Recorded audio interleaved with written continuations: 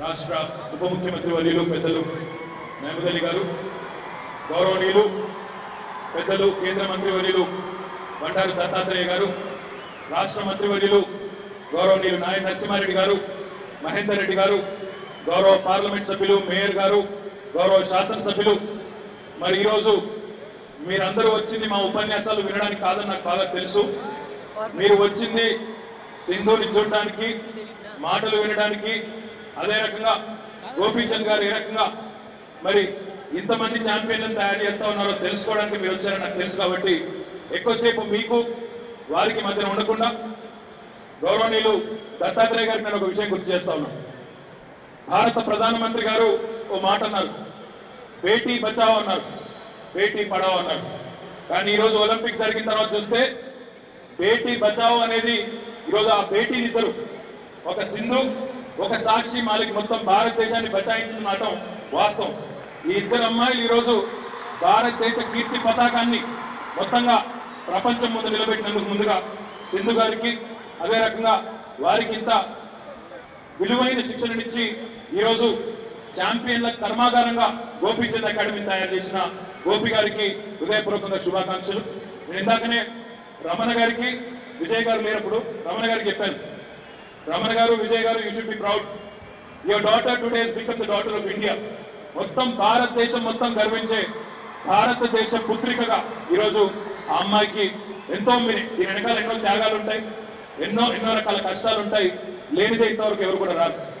Success has a lot of fathers but failure is an orphan. For every champion that has been produced there is way too much sacrifice from the parents, from their coaches, from their entire family, so we should appreciate that. ఒకటి.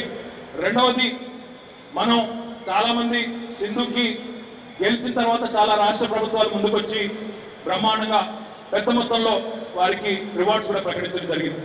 ఆ సందర్భంగా కొంతమంది మిత్రులు అన్నారు, మీరు గెలిచిన వాళ్ళకి rewards ప్రకటించడం మాత్రమే కాకుండా భవిష్యత్తులో టోక్యోలో కానీ ఆ తర్వాత జరగబోయే ఒలింపిక్స్ లో కానీ భారతదేశం నుండి ఛాంపియన్స్ రావాలంటే ఇప్పటి నుంచి ప్రణాళికలు రూపొందించండి.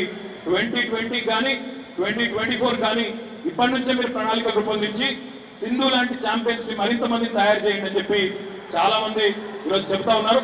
వారందరికీ నేను చెప్పేది ఒకటే, గోపి ఎప్పుడు కలిసినా చెప్తా ఉంటారు, ఫిజికల్ లిటరసీ మీద దృష్టి పెట్టండి, ఇంటర్నేషనల్ కోచెస్ కి మరి మనం ఇక్కడ ఎక్కువ తీసుకురావాలి, మన పిల్లలకు ఎక్కువ ఎక్స్పోజర్ ఇవ్వాలి, వారి ప్రయాణం కానీ వారికి అయ్యే ఖర్చులు కానీ మొత్తం ఒక ఒలింపిక్స్ లేకపోతే ఇంకొక పెద్ద గేమ్స్ కాదు, వాటి సందర్భంగా కాకుండా మిగతా సందర్భాల్లో కూడా ప్రభుత్వాలు ముందుకు రావాలి, క్రీడలకు ప్రోత్సాహం ఇవ్వాలని చెప్తా ఉన్నారు.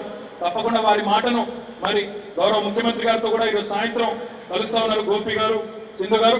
ఆ సందర్భంగా కూడా మళ్ళీ ఒకసారి గుర్తు చేసి ఒక మంచి స్పోర్టింగ్ పాలసీతో, ఇప్పటికే భారతదేశంలో తెలంగాణ రాష్ట్రం చాలా కార్యక్రమాలు చాలా పాలసీలతో దేశం మొత్తానికి ఆదర్శంగా నిలబడింది. మన స్పోర్ట్స్ పాలసీ కూడా దేశం మొత్తానికి ఆదర్శంగా నిలబడే విధంగా మరి గోపి గారి సహకారంతో, ఇతర అర్జున అవార్డు విన్నర్స్ చాలా మంది ఉన్నారు స్టేజ్ మీద, వారందరి సహకారంతో తప్పకుండా తీరుస్తామని ఈరోజు మొత్తం నా టైం అయిపోయినట్టుంది అంతే. మరి ఈరోజు మొత్తం దేశాన్ని కూడా గర్వపడే విధంగా మరి తనకంటే పెద్ద ర్యాంకర్స్ ని, తనకంటే మరి బ్రహ్మాండమైన శిక్షణ, బ్రహ్మాండమైన అన్ని రకాల హంగులతో శిక్షణ పొందిన అమ్మాయిని కూడా ఓడించి భారతదేశానికి ఈరోజు సిల్వర్ మెడల్ తీసుకొచ్చినందుకు సింధుకు హృదయపూర్వకంగా అభినందన తెలియజేస్తూ, మరి సింధు వెనకాల నిలబడి అక్కడ గోపి మంత్రాలు చదువుతా ఉన్నాడు, ఏ మంత్రాలు చదివారు అడిగాను, ఏ మంత్రాలు చదువుతా ఉన్నావు అంటే చెప్పలేదు, కానీ డెఫినెట్ గా what ever is done it is work. So many congratulations to Sindhu, Gopi and the entire team behind them, to the parents, to the entire team. Many congratulations and thank you. Jai Hind. Thank you, sir.